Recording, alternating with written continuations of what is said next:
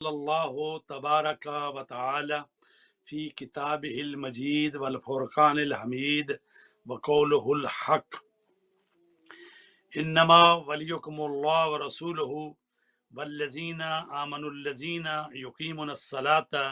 ویؤتون الزکاۃ وہم راکعون۔ عزیزان گرامی، مولا کائنات علی علیہ الصلوۃ والسلام کی ولادت باسعادت 13 رجب کی مناسبت سے ہم آپ کی خدمت میں حاضر ہیں۔ یہ آیا مجیدہ جو کہ جس کی تلاوت کی گئی ہے یہ سورہ مائدہ کی آیت نمبر 55 ہے، جس میں ارشاد رب العزت ہو رہا ہے انما ولیکم اللہ، تمہارا ولی اللہ ہے، یقیناً تمہارا ولی اللہ ہے، ورسولہ، اور اس کے رسول ہیں، والذین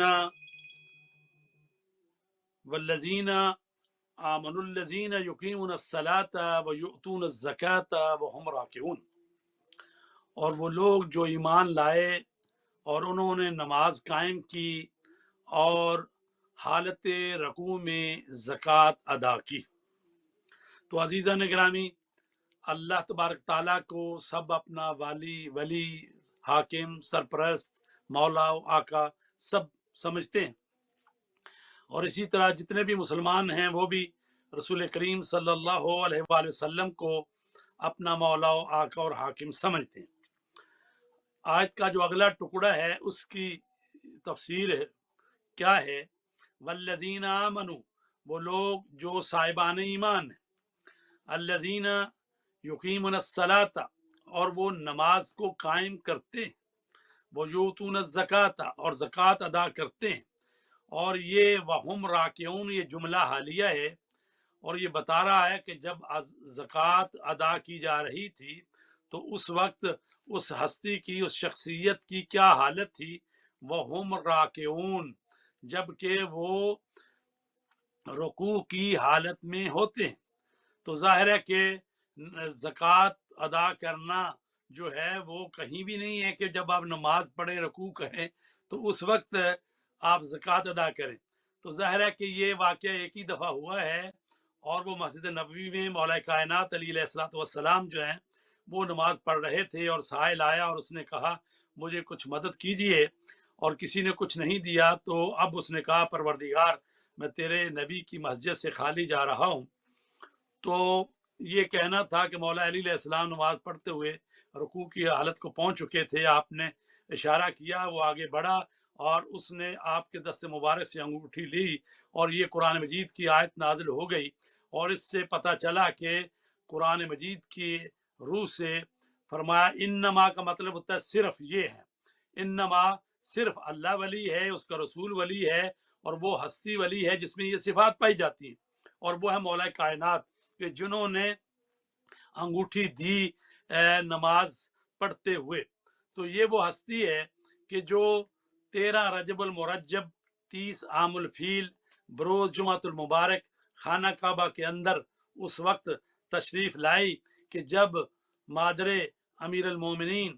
فاطمہ بنت اسد سلام اللہ علیہا وقت ولادت علی ابن ابی طالب اپنے جسم اطہر کو کعبہ کی دیوار کے ساتھ لگائے ہوئے، اپنے ہاتھوں کو بلند کیے ہوئے اللہ رب العزت کی بارگاہ میں دعا کر رہی تھیں اور کہہ رہی تھیں پروردگارا میں تجھ پر، تیرے رسولوں پر، تیری کتابوں پر اور خانہ کعبہ کو بنانے والے اپنے جد امجد حضرت ابراہیم خلیل اللہ پر ایمان رکھتی ہوں، خدائے اس گھر کعبہ کے معمار کا اور اس مولود کا واسطہ، اس پر ذرا توجہ دیں گے جو ہمارے سامعین و ناظرین ہیں، فرما رہی ہیں کہ پروردگار تجھے اس مولود کا واسطہ جو میرے شکم میں تو میری ولادت کو آسان کر دے۔ اور یہ جو روایت ہے اس کو جو راوی ہیں اس کے، اور یہ واقعہ جو ہے یہ فصول المحمہ ابن صباغ مالکی اہل سنت کے ہیں، انہوں نے درج کیا ہے کہ مولا علی علیہ السلام خانہ کعبہ کے اندر پیدا ہوئے۔ مستدرک الحاکم جلد نمبر 3 اس میں یہ واقعہ ہے، اور مناقب آل ابی طالب، مناقب ابن مغازلی شافعی، اس کی جلد نمبر 2 صفحہ نمبر 174، اور الغدیر، اس نے اہل سنت کی کتابوں کے حوالے دیے ہیں، تو تقریباً 30 کے قریب اہل سنت اور شیعہ کی کتابوں کے حوالے ہیں کہ جس میں کہا گیا ہے کہ مولا کائنات علیہ السلام کی ولادت جو ہے خانہ کعبہ میں ہوئی ہے۔ تو جو روایت ہے اس کو پڑھتے ہیں۔ قالا یزید ابن کا انب، وہ شخص کا نام ہے یہ، کون تو جالسن ما العباس ابن عبد المطلب، وہ کہتے ہیں ہم بیٹھے ہوئے تھے عباس ابن عبد المطلب کے ساتھ، یہ رسول پاک کے چچا ہیں عباس، وفریق من صحیح عبد العزا بإزاء بیت اللہ الحرام، تو کہتے ہیں ہم خانہ کعبہ کے دروازے کے سامنے ہم کچھ لوگوں کے ساتھ بیٹھے ہوئے تھے۔ از اقبلت فاطمہ بنت اسد ام امیر المومنین، کہ ایسے میں فاطمہ صلی بنت اللہ اسد امیر المومنین کی والدہ گرامی جو ہیں وہ تشریف لاتی ہیں علیہ خانہ کعبہ کے اندر۔ اچھا، سبحان اللہ صلی اللہ وکانت حاملا بہی لتسعۃ اشہر، اور بی بی سلام اللہ علیہ جو ہیں وہ حاملہ تھیں 9 مہینے سے۔ وقد اخذت التل کو، تو انہوں نے خانہ کعبہ کا دروازے کے پاس کھڑے ہو کر انہوں نے آواز دی، فقالت، کہا، رب انی مومنۃ بکا، اے اللہ، اے میرے رب، میں تجھ پر ایمان رکھتی ہوں۔ اور یہ واقعہ کب کا ہے؟ یعنی ابھی رسول کریم 10 سال کے بعد جا کے اپنی نبوت کا اعلان فرمائیں گے، تو ان کی نبوت کے اعلان فرمانے سے 10 سال پہلے کی بات ہے کہ جناب علی علیہ السلام کی والدہ فرما رہی ہیں، اے میرے رب، میں تجھ پر ایمان رکھتی ہوں۔ وَبِمَا جَاءَ مِنْ عِنْدِكَ، اور جو کچھ تیری طرف سے آیا ہے، من رسول، چاہے وہ رسول ہوں، وَكُتُبٍ، چاہے وہ تیری کتابیں ہوں، میں تیرے رسولوں پر بھی ایمان صحیح رکھتی ہوں اور تیری نازل کی ہوئی کتابوں پر بھی ایمان رکھتی ہوں۔ کتابوں پر بھی وَإِنِّي مُصَدِّقَةٌ بِكَلَامِ جَدِّي ابراہیم الخلیل علیہ السلام، اور میں اپنے جد ابراہیم کے کلام کی بھی تصدیق کرنے والی ہوں۔ وَأَنَّهُ بَنَى الْبَيْتَ الْعَتِيقَ، وہ میرے جد ابراہیم جنہوں نے یہ خانہ کعبہ، یہ بیت العتیق جو ہے جس کی انہوں نے بنیاد رکھی اور اس کو بنایا، فَبِحَقِّ الَّذِي بَنَى هَذَا الْبَيْتَ،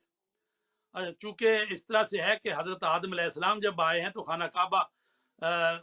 کی بنیاد انہوں نے رکھی، اور اس کے بعد حضرت ابراہیم نے انہی بنیادوں کو اٹھا کر خانہ کعبہ کو بنایا ہے۔ فرماتی ہیں وہ بحق الذی بنا حاضر البیت،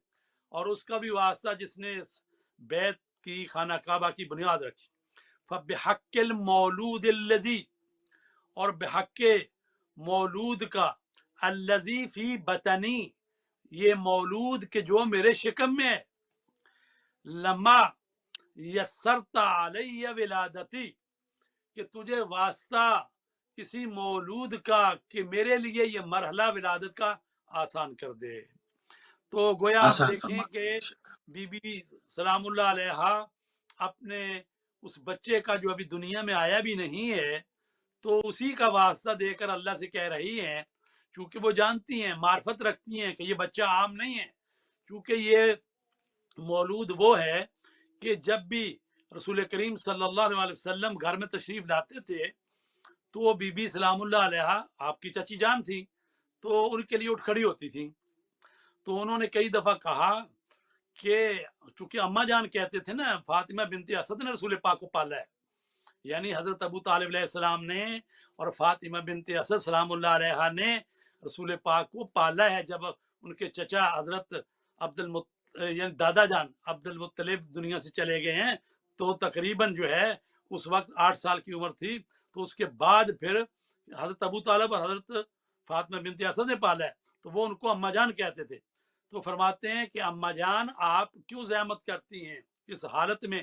اور آپ میرے لیے استقبال کے لیے اٹھ کھڑی ہوتی ہیں؟ تو فرماتی ہیں کہ میرے شکم میں جو بچہ ہے وہ مجھے مجبور کرتا ہے کہ کہ جب بھی آپ آتے ہیں تو بچہ جو ہے میرے اندر جو شکم میں ہے وہ مجھے مجبور کرتا ہے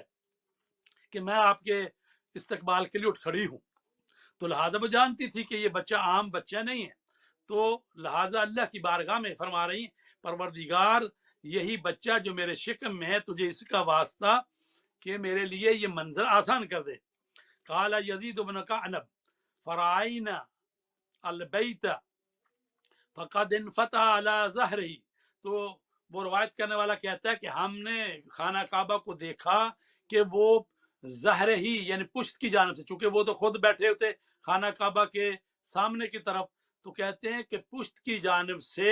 انفتح یعنی وہ کھلا شگاف ہوا. وَدَخَلَتْ فَاطِمَةُ فِيهِ اور فاطمہ خانہ کعبہ کے اندر چلی گئی. اب یہاں بھی دیکھیں اگر کوئی عام خاتون ہو اور یہ اس حالت میں کہ درد ذیل بھی ہو رہا ہو اور 9 مہینے مکمل ہو چکے ہوں اور پھر یہ ہے کہ ایک دیوار گر رہی ہو یا ہل رہی ہو یا پھٹ رہی ہو، تو ایسے موقع پر اگر وہ عام خاتون ہو تو وہ تو پیچھے ہٹے گی، لیکن ظاہر ہے کہ یہ ایک الہی انتظام تھا. تو جناب فاطمہ زہرا دخلت فاطمہ تو فی ہے وغابت عن ابصارنا اور ہماری نظروں سے غائب ہو گئیں. والتزق الحائط اور دیوار جو ہے دوبارہ مل گئی. فرمنا ان ينفتح لنا اور پھر ہم نے کیا کیا کہ ہم نے جو تالا لگا ہوا تھا اس کو کھولنے کی کوشش کی. قفل الباب فلم ينفتح اور وہ جو تالا تھا خانہ کعبہ کا وہ کھل نہیں رہا تھا. فعلمنا ان فی ذالک امرا من اللہ عز وجل تو ہم سمجھ گئے کہ اس میں کوئی اللہ تبارک تعالیٰ کا امر ہے، کوئی حکمت الہی ہے کہ یہ تالا بھی کھل نہیں رہا. تو اس کے بعد وہ کہتے ہیں کہ ثم خرجت بعد الرابع تو وہ پھر بی بی جو ہے خانہ کعبہ سے باہر آئیں چوتھے دن، یعنی 13، 14، 15 رجب کو بی بی جو ہے وہاں پر ہے. تو چوتھے دن جو ہیں بی بی جو ہیں وہ باہر آئی ہیں. ٹھیک ہے، اور فرماتے ہیں کہ وَبِيَدِهَا امیر المؤمنین اور ان کے ہاتھوں پر جو ہے امیر المومنین تھے یعنی بچہ تھا. ثم قالت انی فضلت علی من تقدمنی من النساء. اچھا یہاں جب باہر آتی ہیں ان کے دست مبارک پر نو مولود ہے اور فرما رہی ہیں کہ انی فضلت علی من تقدمنی من النساء، فرماتی ہیں مجھے فضیلت دی گئی ہے ان تمام خواتین پر جو مجھ سے پہلے گزر چکی ہیں. لأن آسیہ بنت مزاحم عبدت اللہ عز وجل سرا فی موضع لا يحب ان يعبد اللہ فیہ الا استرارا. اور فرما رہے ہیں کہ آسیہ بنت مزاحم چونکہ جو خواتین رسول پاک نے فرمایا نا کہ افضل ترین خواتین ہیں، ان کے متعلق رسول پاک نے فرمایا وہ حضرت خدیجہ سلام اللہ علیہ ہیں، بی بی فاطمہ زہرا ہیں، سلام علیہ پہلی وسلم. امتوں میں حضرت آسیہ بنت مزاحم ہیں.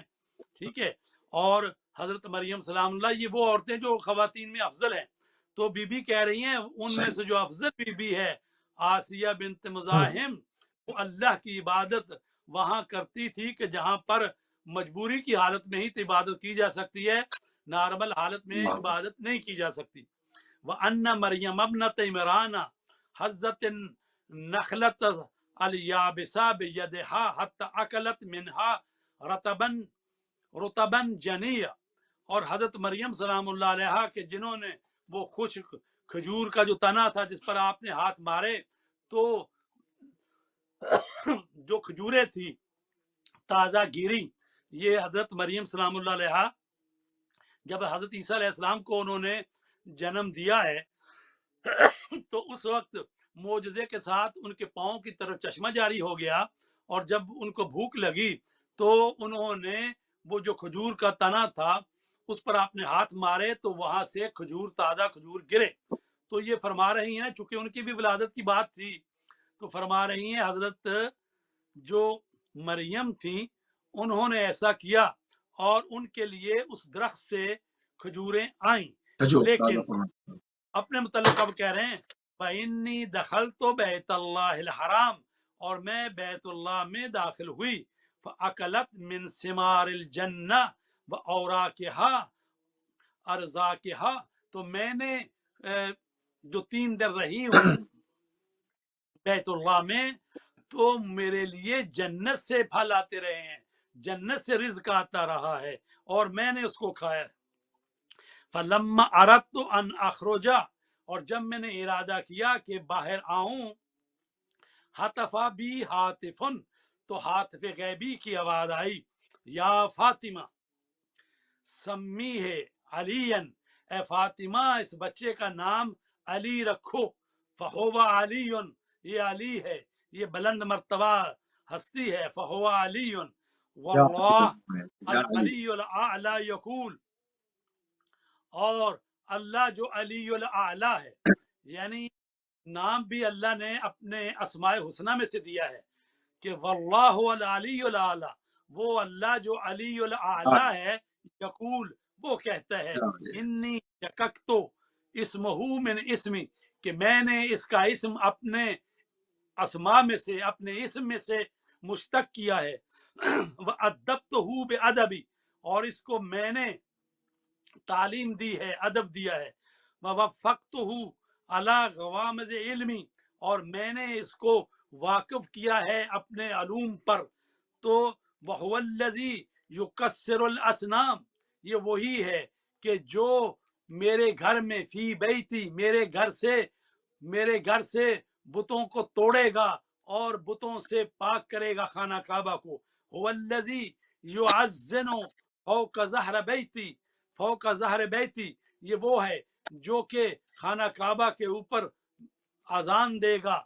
وَيُقَدِّسُنِي، اور میری تقدیس کرے گا، وَيُمَجِّدُنِي، اور میری تمجید کرے گا، فَطُوبَى لِمَنْ أَحَبَّهُ، اور وہ خوش نصیب ہے جو اس سے محبت کرے، وَأَطَاعَهُ، اور اس کی اطاعت کرے، وَيْلٌ لِمَنْ أَبْغَضَهُ وَعَصَاهُ، اور اس پر وائل ہے، اس کے لیے جہنم ہے جو اس سے بغض رکھے یا اس کی نافرمانی کرے۔ تو عزیزان گرامی، یہ وہ بی بی ہے کہ جو خانہ کعبہ میں جاتی ہیں اور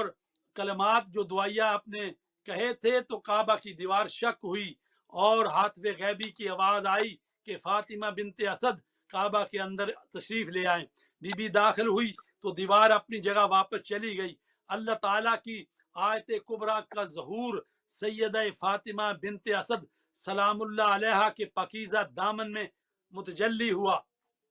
مولود کعبہ کے تولد کے 3 روز بعد تک مادر علی خداوند عالم کی مہمان رہیں، جنت کے پھلوں سے پذیرائی ہوئی، خدمت کے لیے بی بی حوا، آسیہ، مریم موجود رہیں، خلق خدا انتظار میں تھی کہ کب ولی اللہ بیت اللہ سے باہر تشریف لاتا ہے۔ رسول خدا اپنی رسالت کے گوہر کے استقبال کے لیے خانہ کعبہ کی طرف بڑھے، مادر مہربان نے اپنے مولود کو اپنے ہاتھوں میں لیا، بلند ہوئیں، ان کی بلندیوں کا کیا کہنا، ان کے ہاتھوں پر علی جیسا مولود مبارک تھا،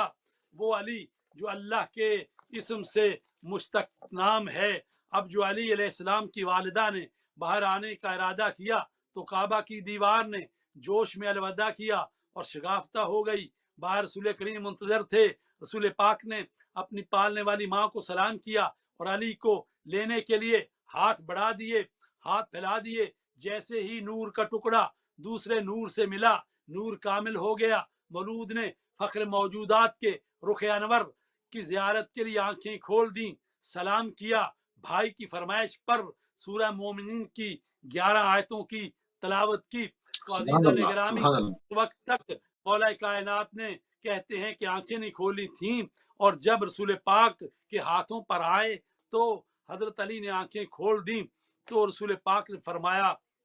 اے علی تم نے پہلی نظر کے لیے میرے چہرے کو منتخب کیا، تیری پہلی نظر میرے چہرے پر پڑی اور میں نے اپنے علوم سے تجھے مختص کر دیا۔ تو عزیزان گرامی، شاعر کہتا ہے کثیرا میسر نشد ان سعادت بکعبہ ولادت بمسجد شہادت. یہ وہ ہستی ہے سبحان جو اللہ، آئے اللہ کے سبحان گھر میں اللہ، اور جائے تو اللہ کے گھر سے. تو گویا کہ دنیا میں مولا کائنات علی علیہ السلام کی جو زندگی ہے وہ خدا کے گھر سے شروع ہوتی ہے، خدا کے گھر پر ہی گھر اختتام پہ کو تمام ہوتی ہے. پہنچتی اللہ ہے. اکبر. یہ رسول کریم کا وہ معجزہ ہے، کیونکہ رسول پاک کے دو معجزے ہیں، ایک قرآن ہے، ایک علی ہے. قرآن لا ریب ہے، یا علی علی، بے عیب ہے. یا اس علی، طرح قرآن کو دیکھنا، پڑھنا، یا سننا، علی. اس پر عمل کرنا ثواب ہے، باعث نجات ہے. اسی طرح رسول کریم کی حدیث کے مطابق علی کے چہرے کی طرف دیکھنا عبادت، علی کا ذکر کرنا عبادت، علی کی محبت دل میں رکھنا عبادت، علی کی سیرت طیبہ پر چلنا باعث نجات ہے. اس لیے کہ علی ما القرآن والقرآن ما علی، قرآن علی کے ساتھ ہے اور علی قرآن کے ساتھ ہے. قرآن کے ساتھ. تو فرمایا واہ. پاک نے یا علیو ما مثلک فی الناس الا کمثل قل هو اللہ احد فی القرآن. اے علی انسانوں میں تیری قدر و منزلت ایسے ہی ہے جیسے پورے قرآن میں سورہ قل هو اللہ احد کی ہے. جیسی عظمت اس سورہ قرآن کی باقی صورتوں کی نسبت ہے، تیری ہی نسبت تمام انسانوں میں ایسی ہی ہے. تو یہ وہ علی ہیں کہ جو قل هو اللہ کی مانند ہیں. علی معجزہ ہیں، علی یا علی، کی پوری یا زندگی علی، بے مثال ہے. یا علی. جی سبحان اللہ قبلہ، سبحان اللہ.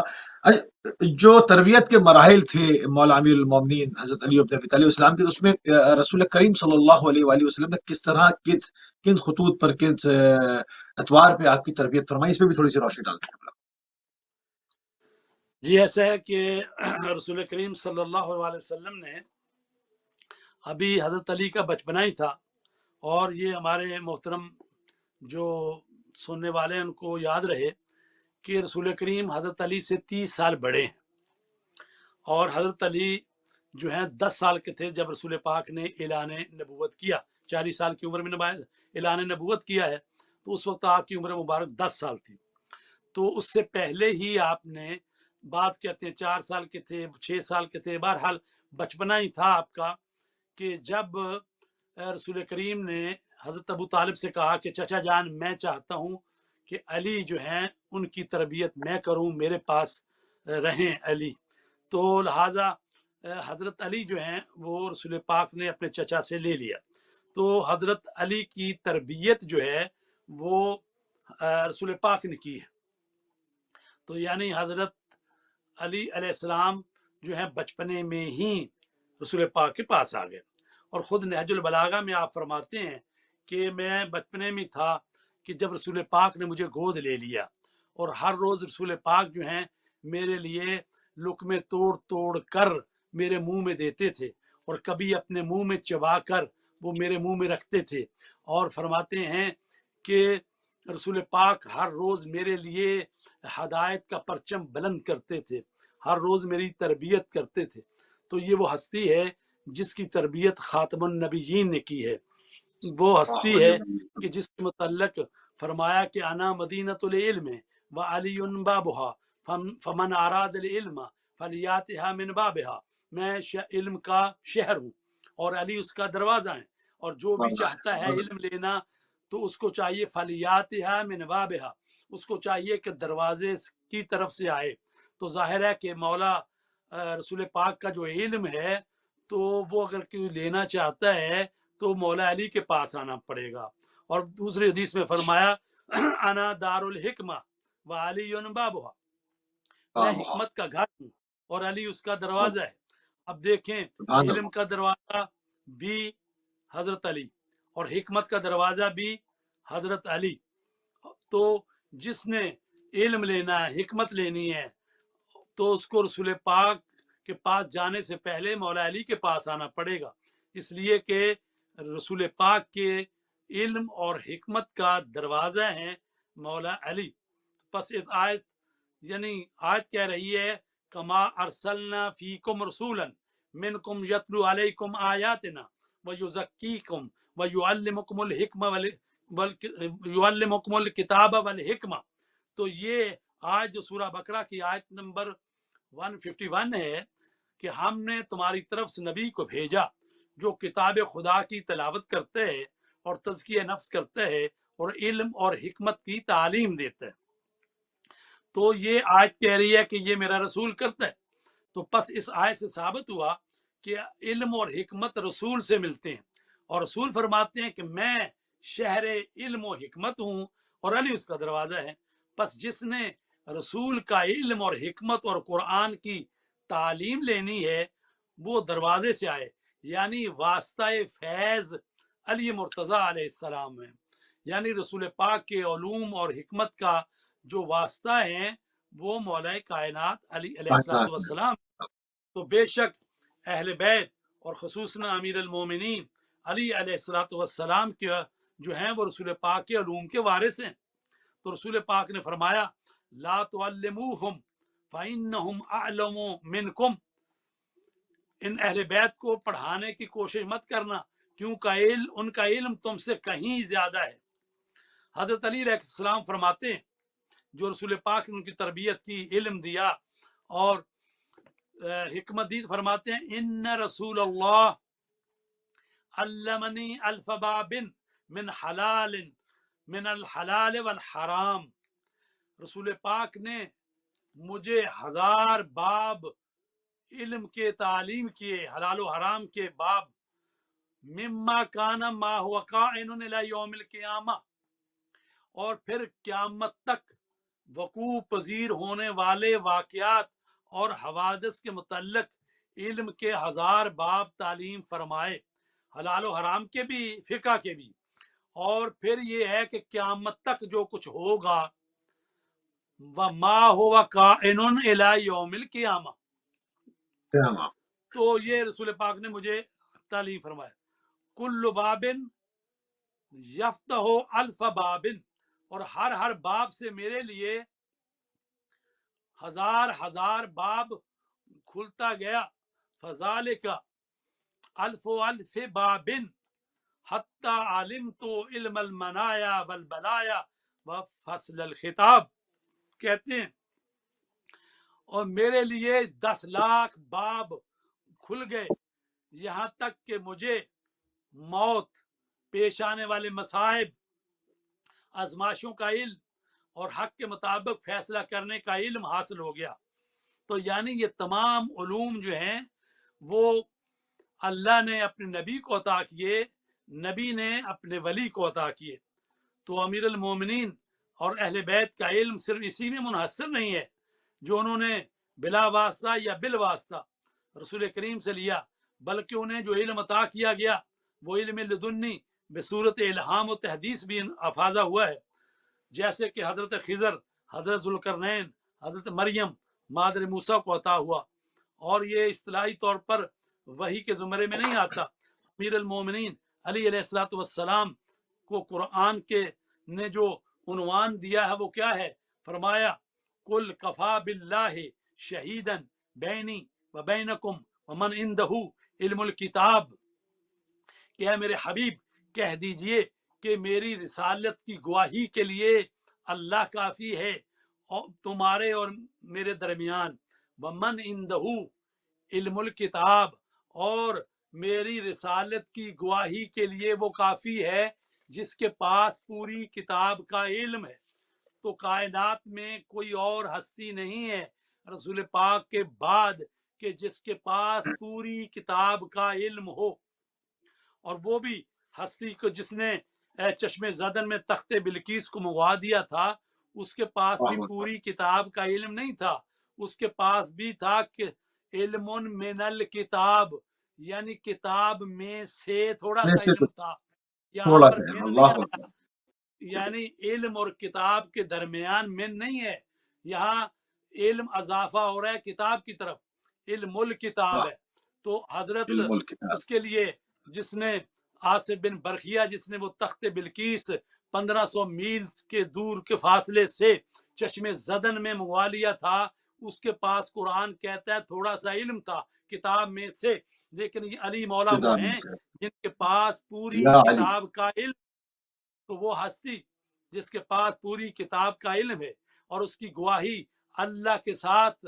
کرین ہوئی ہے، یعنی اللہ کہہ رہا ہے اے میرے حبیب تیری رسالت کا گواہ ایک میں ہوں، خود اللہ ہوں، اور ایک وہ ہے جس کے پاس پوری کتاب کا علم ہے۔ تو وہ سوائے مولا کائنات علی علیہ السلام کے کہ جنہوں نے رسول کریم کو نبوت ملتے ہوئے اور رسالت اور ختم نبوت کا تاج پہنتے ہوئے اس وقت مشاہدہ کیا جب اللہ اور رسول اور اس مشاہدہ کرنے والے کے علاوہ کوئی دوسرا موجود نہ تھا،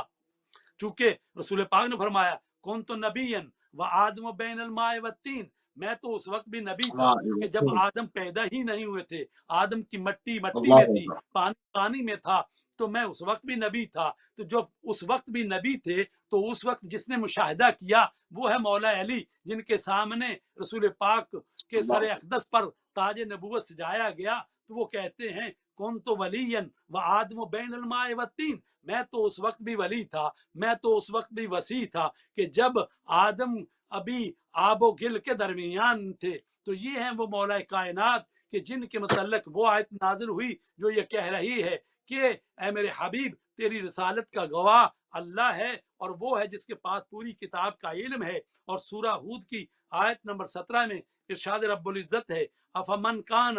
علی بینۃ من ربہ ویتلوہ شاہد منہ،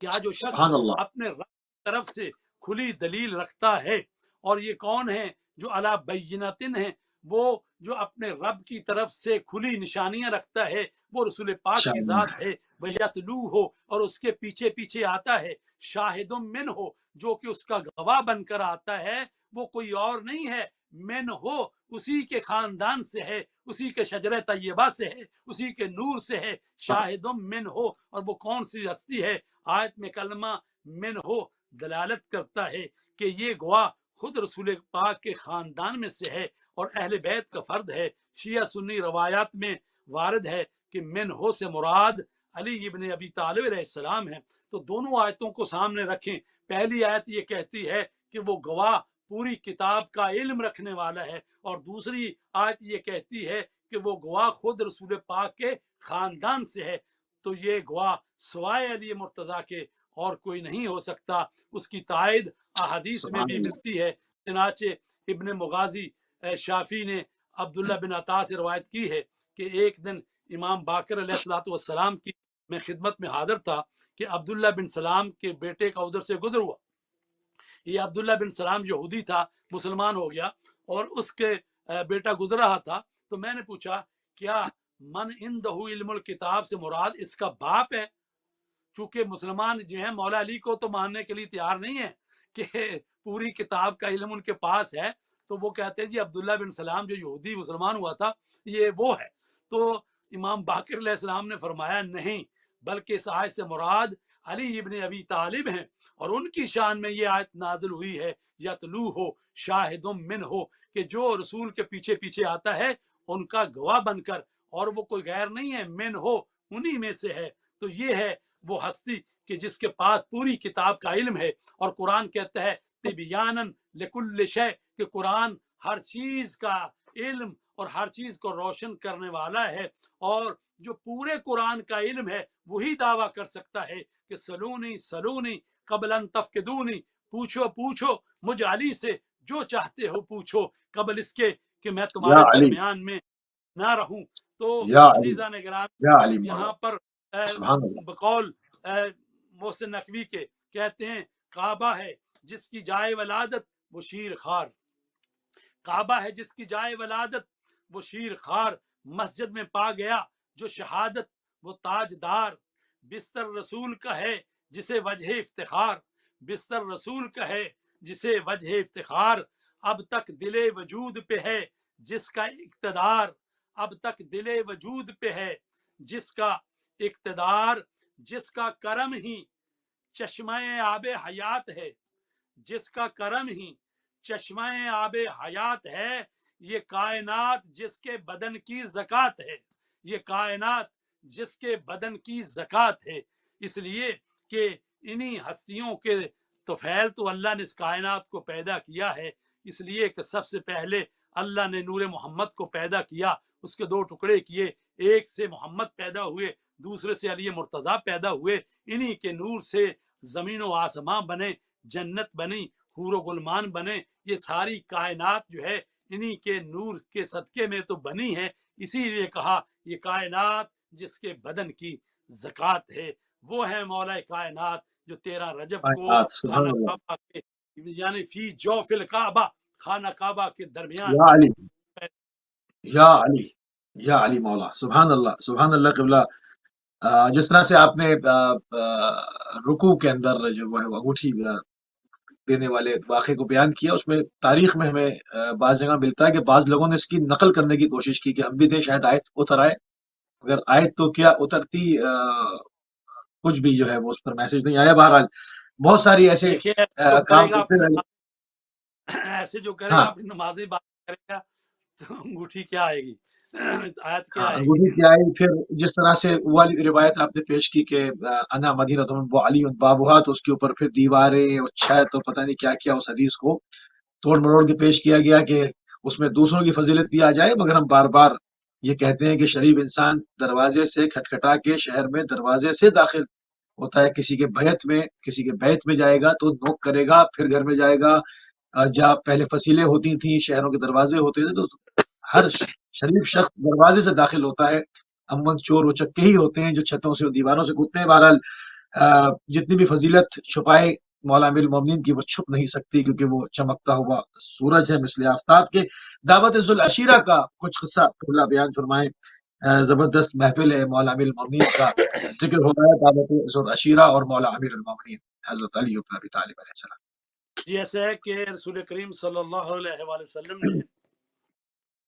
جب اپنی نبوت کا اعلان کیا 40 سال کی عمر مبارک تھی رسول پاک کی، اور حضرت علی علیہ السلام کی عمر مبارک اس وقت 10 سال تھی. اور خود حضرت علی علیہ السلام فرماتے ہیں کہ وہی خطبہ قاسیہ ہے کہ جس میں کہتے ہیں کہ میں بچپن میں تھا اور رسول پاک جو ہیں مجھے پرورش کرتے تھے اور نوالے توڑ توڑ کے میرے منہ میں دیتے تھے اور مجھے اپنے ساتھ سلاتے تھے اور میرے لیے ہدایت کے پرچم بلند کرتے تھے،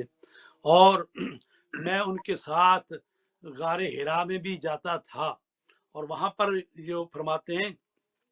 کہ جب وحی نازل ہوئی تو میں نے کسی کے رونے کی آواز سنی، تو میں نے رسول پاک سے فرمایا یا رسول اللہ کہ یہ گریہ کیسا ہے، یہ کون ہے جو رو رہا ہے؟ تو آپ نے فرمایا کہ اے علی یہ شیطان ہے جو گریہ کر رہا ہے، چونکہ وہ اب ناامید ہو چکا ہے کہ کوئی اب اس کی پرستش کرے. تو لہٰذا آپ نے فرمایا اے علی جو میں دیکھتا ہوں تم بھی دیکھتے ہو، جو میں سنتا ہوں تم بھی سنتے ہو، مگر یہ کہ تم نبی نہیں ہو. تو لہٰذا یہ مولا کائنات فرماتے ہیں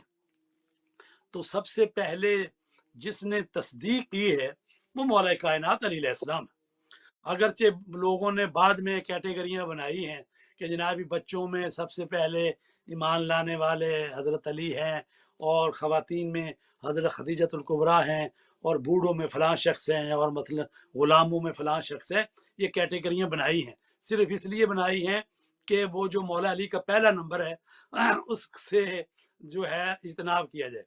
حالانکہ یہ ہو نہیں سکتا. مولا علی تو یہ فرما رہے ہیں جب وحی نازل ہوئی تو میں نے پوچھا یا رسول اللہ یہ رونے والا کون ہے؟ تو فرمایا کہ یہ شیطان ہے، اور تم وہی دیکھتے ہو جو میں دیکھتا ہوں، وہی سنتے ہو جو میں سنتا ہوں، مگر یہ کہ تم اچھا وہ نبی نہیں غدیر ہو. تک روتے رہے، اس میں جی شیطان کی سیرت پر غدیر میں بھی رو رہے تھے کچھ لوگ کھڑے ہوئے جب دین تو مکمل ہو رہا تھا.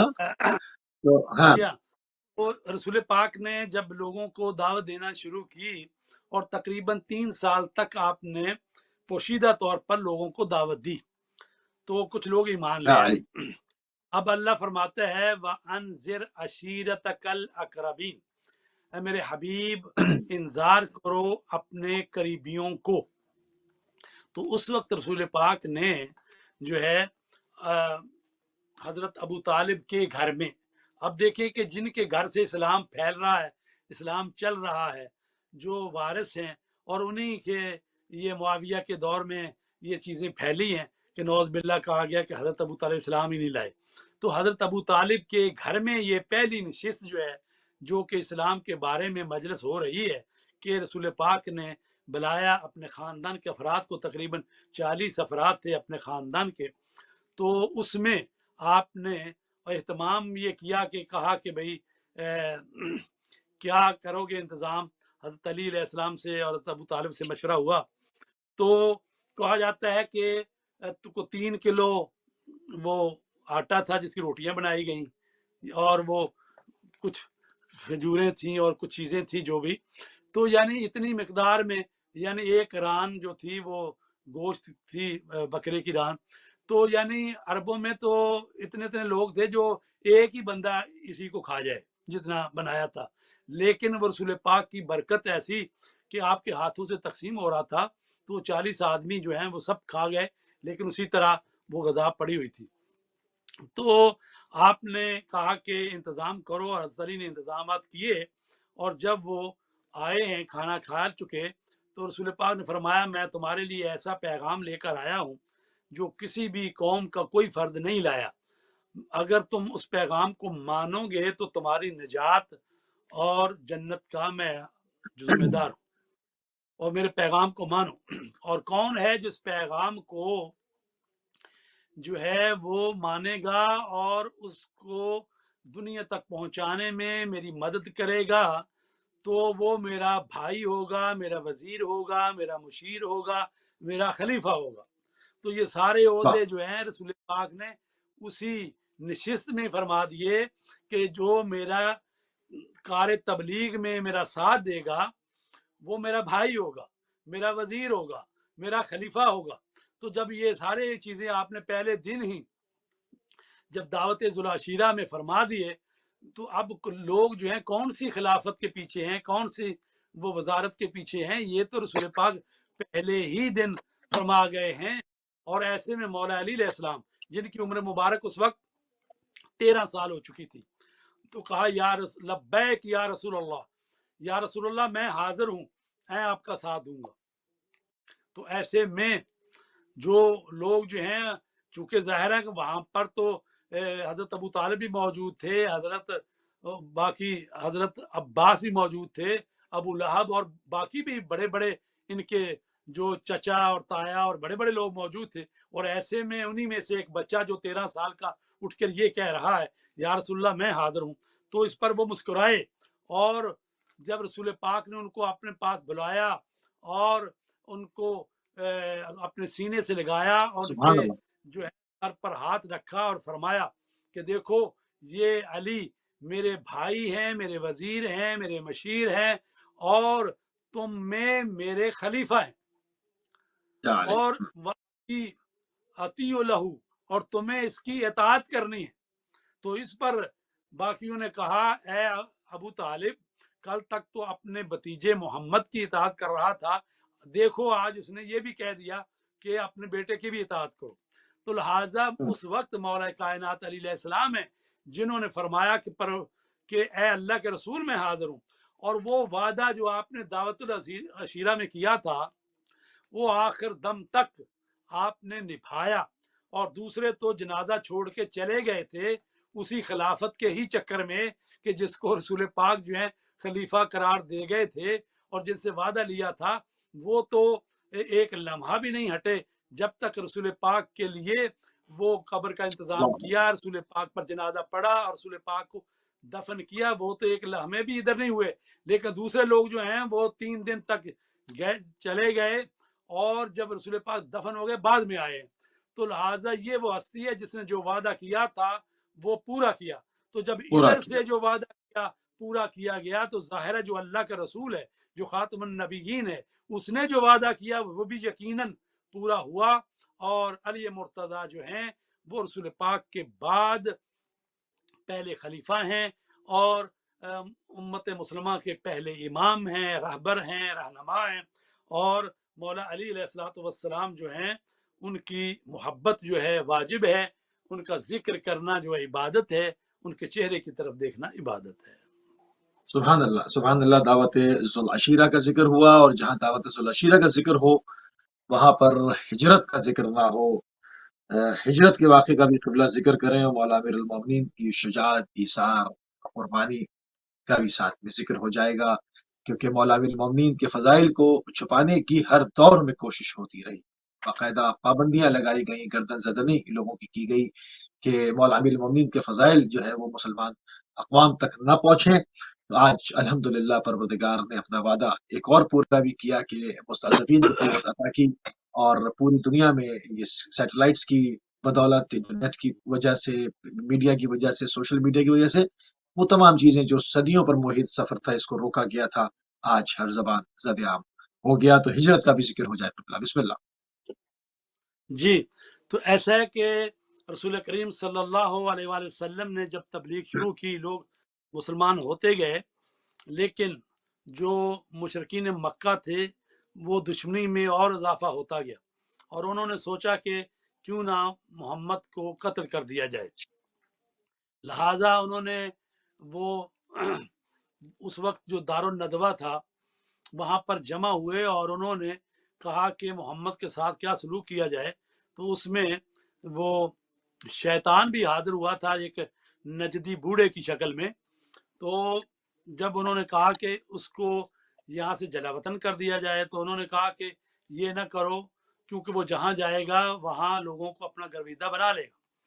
تو ابو جہل نے کہا کہ پھر ایسا کرتے ہیں کہ تمام قبیلوں میں سے ایک ایک آدمی لیتے ہیں، تو رات کے وقت محمد کے بستر پر جہاں وہ سوئے ہوں گے حملہ کریں گے اور ان کو قتل کر دیں گے۔ تو اس نے کہا، شیطان نے، ہاں یہ اچھی بات ہے۔ تو لہٰذا ہر قبیلے سے ایک ایک جوان لیا گیا، اور رات کے سناٹے میں یہ حملہ کرنا چاہتے تھے۔ تو مولا علی علیہ السلام کو رسول پاک نے فرمایا، اے علی، آپ آج رات میرے بستر پر سو جائیں۔ اور فرمایا حضرت علی نے کہ یا رسول اللہ، کیا میرے سونے کی وجہ سے آپ کی جان بچ جائے گی؟ فرمایا ہاں، اللہ تبارک تعالیٰ نے ایسا ہی فرمایا ہے۔ تو یہ وہ ہستی ہے جو اپنی جان کی پرواہ کیے بغیر یہ نہیں پوچھ رہے کہ یا رسول اللہ آپ تو چلے جائیں گے اور آپ کے بستر پر میں لیٹ جاؤں گا، اور آپ کے بستر پر آج رات ہونا ہے حملہ، 40 آدمی جو ہیں تلواریں لیے، نیزے لیے ہوئے حملہ کریں گے، تو میرا کیا بنے گا؟ یہ تو نہیں پوچھا۔ فرمایا آپ کا کیا ہوگا؟ فرمایا میری جان بچ جائے گی۔ تو مولا علی علیہ السلام نے سجدہ شکر ادا کیا، اور شاہ عبد الحق محدث دہلوی کہتے ہیں یہ اسلام میں پہلا سجدہ شکر ہے جو مولا علی نے کیا ہے۔ اب ہم جو سجدہ شکر کرتے ہیں وہ اسی سجدہ شکر کی سنت ہے، یعنی لوگ جو ہیں وہ تو اس وقت سجدے کرتے ہیں جب جنگ سے خیر و عافیت سے اپنے گھروں کو واپس آ جائیں، تو کہتے ہیں بچ یا گئے، اللہ تیرا شکر بچ گئی۔ بچ تو گئے۔ لہٰذا یہ علی وہ ہیں جو قربانی کے لیے تیار ہیں، رسول پاک پر فدا ہونے کے لیے، اور کہہ رہے ہیں میرے اللہ تیرا شکر کہ تو نے اپنے رسول کا مجھے فدیہ بنایا، اور سجدہ شکر ادا کیا اور سو گئے۔ اور ایسی نیند سوئے ہیں کہ فرماتے ہیں کہ میں جیسا شب ہجرت سویا ہوں ایسا کبھی بھی نہیں سویا۔ تو وہ علی جو راتوں کو عبادت کرنے والے، ہزار ہزار رکعت نماز پڑھنے والے تھے، تو وہ کہتے ہیں اس طرح سویا ہوں جیسے کبھی نہیں سویا۔ تو یہ کیسے نیند آ سکتی ہے اس بندے کو کہ جو گھبرایا ہوا ہو اور موت سے خوف زدہ ہو، اور اس کو پتا ہو کہ آج کی رات جو ہے تیرے بسترے پہ حملہ ہونا ہے جہاں سوئے ہوگے۔ تو کوئی اور ہوتا تو کروٹیں بدلتا رہتا،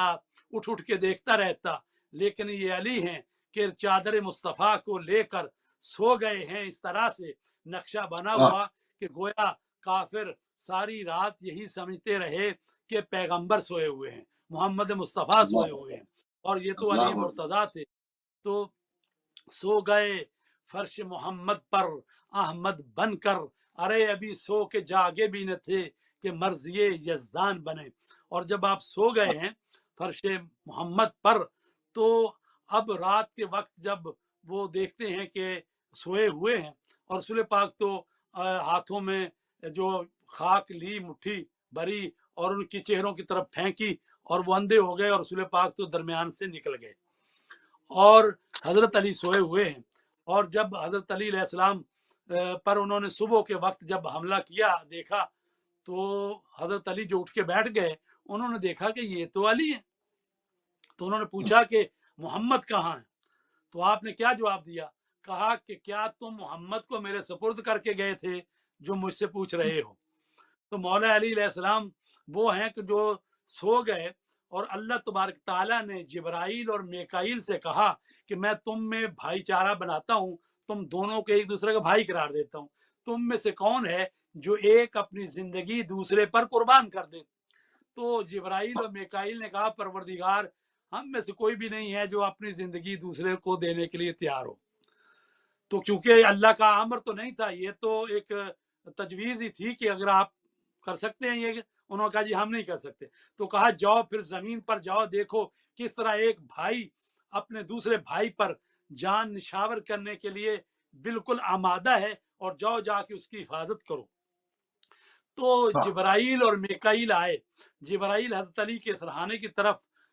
اور میکائیل حضرت علی کے پاؤں کی طرف کھڑے ہو گئے اور آ کر کہہ رہے ہیں یا تیری عظمتوں کا کیا کہنا، تیری بلندیوں کا کیا کہنا، کہ اللہ تبارک تعالیٰ فرشتوں محفلوں میں تجھ پر فخر و مباحت کہہ رہا ہے۔ اور یہ آیت لے کر جبرائیل آئے، وَمِنَ النَّاسِ مَن يَشْرِي نَفْسَهُ ابْتِغَاءَ مَرْضَاتِ اللَّهِ وَاللَّهُ رَءُوفٌ بِالْعِبَادِ، کہ انسانوں میں سے ایک ایسا بھی ہے جو اپنی جان کو قربان کر دیتا ہے اللہ کی رضا کے لیے، اور وہ جان دے دیتا ہے، اب بیچ دیتا ہے، اور اللہ کی مرضیاں خرید لیتا ہے۔ تو عزیزان گرامی، یہ ہے مولا علی جنہوں نے اپنی جان دے دی اپنی طرف سے، تو وہ آمادگی کے ساتھ، پوری آمادگی کے ساتھ قربان ہونے کے لیے تیار ہو گئے، لیکن اللہ کو ابھی علی سے بہت سے کام لینے تھے، ابھی تو بدر کا کام لینا تھا، احد کا کام لینا تھا، خیبر و خندق کا کام لینا تھا، تو اس لیے علی کو زندہ رکھا، وَإِلَّا علی تو اپنی طرف سے قربان ہو چکے تھے، اور اللہ نے کہہ دیا اے علی تو نے جان بیچ دی، اور اس کے بدلے میں ہم اپنی رضائیں تجھے دیتے ہیں۔ تو یہ وہ ہستی ہے جس نے ایک رات کے سونے میں اللہ کی رضائیں خرید لیں۔ تو علی مولا کی منزلوں کا کیا کہنا، اسی لیے رسول پاک نے فرمایا یا علیو لو ان عبدا عبد اللہ مثل ما قام نوح فی قومہ وکان لہ مثل احد ذہبا فانفقہ فی سبیل اللہ ومد عمرہ العامن علی قدمیہ ثم قتل بین الصفا والمروہ مظلوما ثم لم یوالیک یا علیو لم یشم راحت الجنہ ولم یدخلہا۔ اے علی اگر کوئی بندہ نوح کی عمر کے برابر عبادت کرے، کوہ احد کے برابر سونا اللہ کی راہ میں خیرات کر دے، اس کی عمر اتنی طولانی ہو کہ 1000 حج پیادہ چل کر جائے، اور صفا و مروہ کے درمیان مظلومیت کے ساتھ قتل کر دیا جائے، لیکن اگر اس کے دل میں تیری ولایت اور محبت نہیں ہوگی تو وہ جنت کی خوشبو تک نہیں سونگھ سکتا، اس میں داخل ہونا تو دور کی بات ہے۔ تو جو علی سے محبت نہ رکھے، اس کا بغض رکھے، تو وہ تو جنت کی خوشبو بھی نہیں سونگھ سکتا، جبکہ کہا گیا جنت کی خوشبو 500 سال کی مسافت سے جنت کی خوشبو آتی ہے۔ تو جو مولا علی کا بغض رکھنے والا ہے وہ جنت کی خوشبو بھی نہیں سونگھ سکتا۔ سبحان اللہ قبلہ، سبحان اللہ، انتہائی مشکور ہیں، انتہائی ممنون ہیں آپ کے کہ آپ نے ایک مرتبہ پھر اپنا قیمتی ٹائم اہل بیت ٹی وی کو دیا۔ ناظرین، آپ سماعت فرما رہے تھے بزرگ عالم دین جناب مولانا سید فضل جناب فدا حسین بخاری صاحب کو مینچسٹر سے، اور ہمارے